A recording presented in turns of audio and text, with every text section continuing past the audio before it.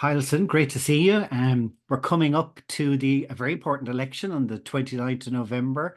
We're a week out, and I suppose as you know, you're the research and advocacy officer for MS Ireland. So obviously, for the last few months, it's been really busy time for you preparing the manifesto, and also you've got your Vote Matters guide. And just to tell people, we'll give people a message later on, but also the easiest thing to do, if you just type in and Google MS Ireland election manifesto, you go to the page and everything that we're going to talk about now is there for people. So yeah, I'd say it must be a mad busy time of year for you this coming up.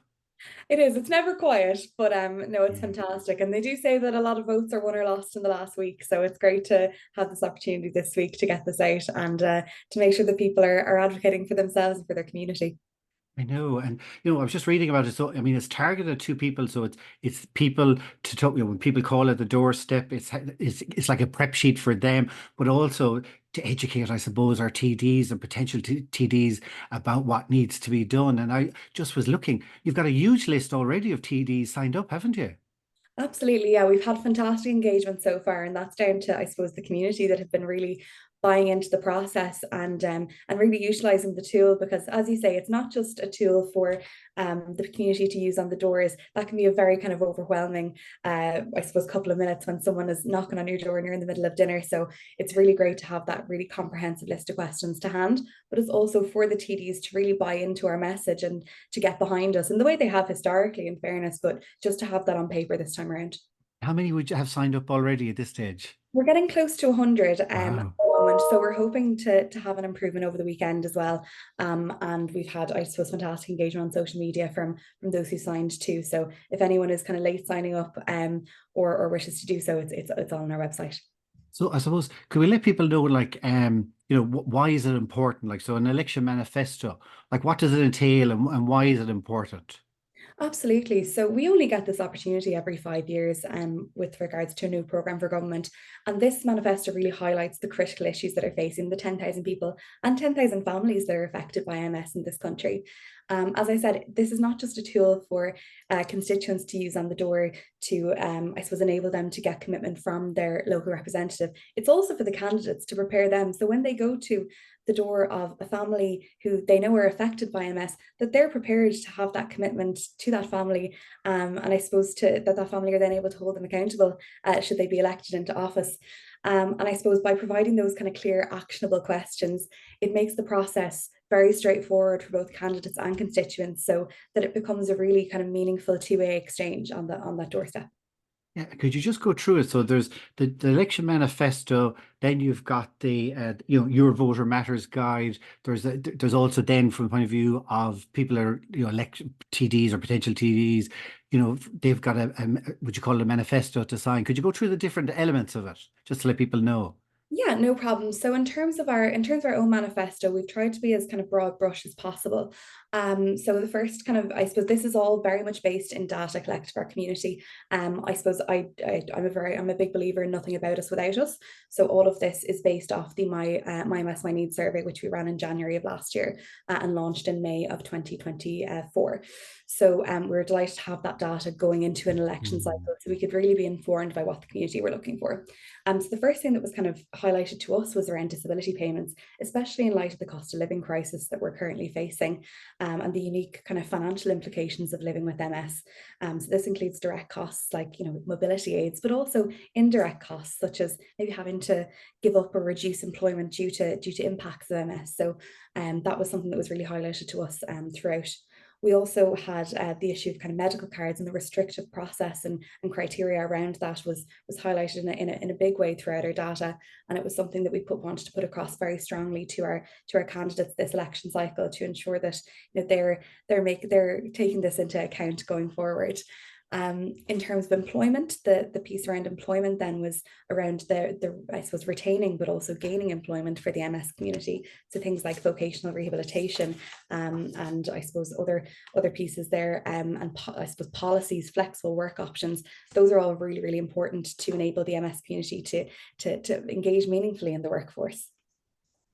I suppose in terms of transport, then we have the implementation of the transport support scheme. This is to replace two grants that were removed in 2013, so well overdue in that sense. So we're hoping to get that transport support scheme off the ground and get people able to utilize it once again. And in terms of housing's a big issue this cycle, as it is every cycle, particularly with regards to the national strategy for national housing strategy, excuse me, for disabled people, to ensure affordable and accessible housing.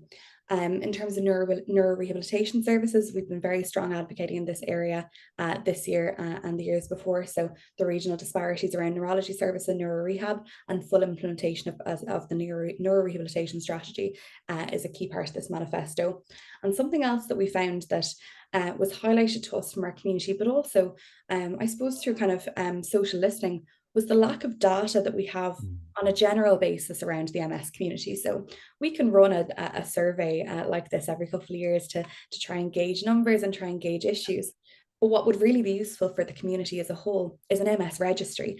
And that's been highlighted to us throughout the years in MS Ireland. So I suppose we wanted to pop in and ask around that, just to raise awareness that this is an issue for the community, and especially in the context of I suppose digital transformation. And I think it's a really important time to raise this issue.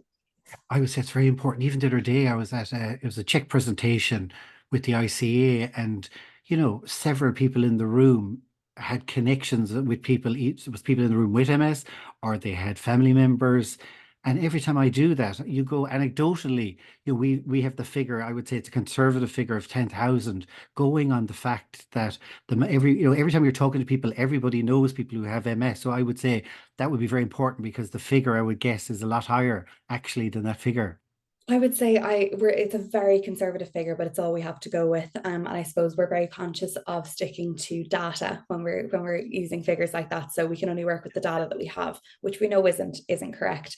So I suppose it's a case of trying to enhance that data going forward, so that not only we as an organisation, MS Ireland, can service plan, but the state can service plan as well, and ensure there's appropriate supports and services for our community well into the future.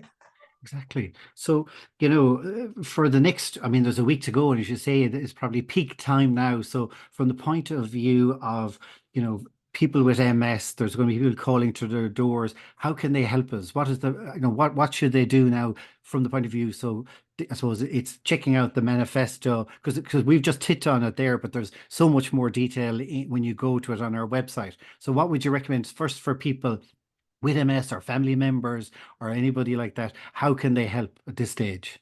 Absolutely. As you say, I've given a whistle stop tour this morning of what's contained in that manifesto. So first of all, I'd Yeah. recommend anyone affected by MS. So whether that be, a carer, a person with MS themselves, a family member, maybe your friend has MS, to really familiarize yourself with the issues that are facing the community, so that when the candidate does knock on the door, that you are armed with that toolkit of questions to ask them, and you can engage meaningfully in that conversation and hopefully see real change going forward.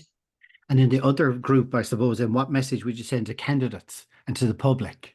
Absolutely. So, in terms of the candidates, I would say it's not too late to get behind MS Ireland. And in fairness, we've had fantastic engagement throughout the House of the Oireachtas Yeah. through this cycle of government. So, we want to see that carried forward, and I think we are seeing it reflected in the pledges, but also the kind of offline engagement that we've had throughout this election period, even though everyone's been incredibly busy. For candidates, I'd say it's a very similar process. If you know you're going to a door, and even if you don't know, because you don't know what someone is facing behind that closed door, familiarize yourself with the issues, get behind the pledge, and be prepared to answer those questions, and to be held accountable, because I suppose this is what your constituents are asking for. Suppose, and you could say that this is just the start stage, as you say, held accountable. The next stage is after the election. It's start the cycle again. But I mean, I know you have a great relationship with all the parties in the Dáil, which is very important, I think, from our point of view, isn't it? Absolutely. I mean, we're very with the kind of the cross-party cooperation and everything that we've seen throughout any campaign that we've run through MS Ireland. We've seen cross-party support for everything, and we're very grateful for that, because I suppose you can't take that for granted that all the parties are going to get behind one issue, but they really have, and fair dues to them for that. But I think we need to see more of that going forward, and you can't take anything for granted in an election cycle. You don't know who's going to be in there afterwards. We're saying goodbye to old faces faces and hello to new ones. So it's really important that, any new faces coming in are, brought up to speed with what we're facing, but and any kind of returning faces that we say, yeah, we're still here, and we still need you. Exactly.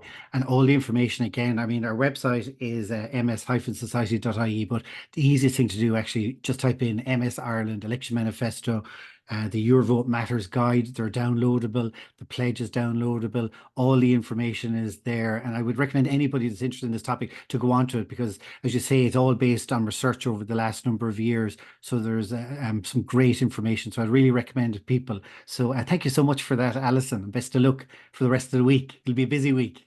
Busy week. Thank you.